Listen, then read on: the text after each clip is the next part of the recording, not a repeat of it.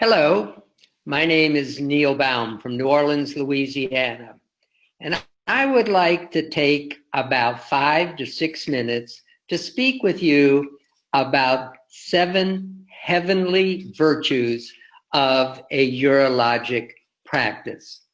These are the 7 heavenly virtues, and since this is not a Sunday school lesson, I'm going to talk about virtues that would be available and applicable to you and your patients. Virtue number 1, having appropriate phone etiquette. That means having the phone answered in 3 rings, having a human answer the phone, and no phone tree. A good phone etiquette means that the receptionist answers with enthusiasm, identifies the time of day, the name of the practice. The receptionist should use his or her name, and the receptionist should make every effort to use the caller's name, because there is no other word in the human language that is more important to each and every one of us than our own name. Virtue number 2, return calls, including text messages and emails, and a reasonable time period is 24 hours. I suggest that you have an email policy letting patients know exactly what you are willing to accomplish by using emails. And also, you should probably encourage the patient to reply to the email or the text message, letting you and your practice know that the message has been received.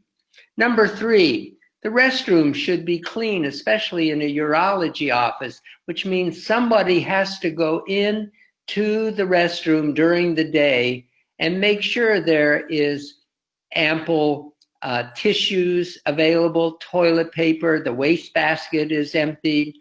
You want to make that restroom look close to the same as it did at 9 in the morning as at 4 in the afternoon.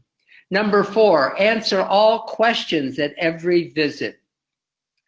I give patients a card asking them to write down what questions they would like answered on their visit, and I encourage them to fill it out and look at it before terminating the doctor-patient encounter. Communicate with referring doctors and others who refer patients. My electronic medical record is set for 3 blanks or 3 fields, and that is 1, the diagnosis, 2, the medications I prescribe, and 3, the treatment plan. You will find that by far most referring doctors will accept this form of communication, as this is the important information that they need to know about their patient. Number 6, make your practice visible in the community. If your practice is visible in the community, you identify those who are in need of your services. This is an example of an article that I would write monthly in a health and fitness magazine. This is a sample of a newsletter used with permission from Dr. Jerry Blavis' practice that he sends out to his patients, and also this one is sent out to his referring physicians. Number 7, last virtue, exceed patients' expectations. One of the expectations that most patients have today is they want to be seen on time. That is, within a few minutes of their designated appointment time.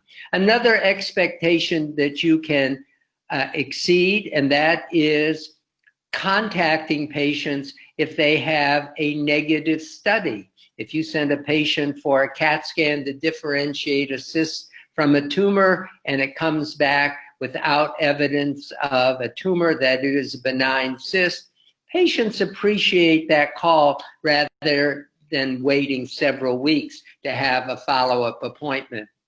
You can exceed patients' expectations if you can accommodate patients by offering same-day medical appointments. And in a future video, I will talk with you about same-day medical appointments. So the bottom line is, perhaps the closest we can get to being virtuous is a virtual visit. But we can exceed patients' expectations.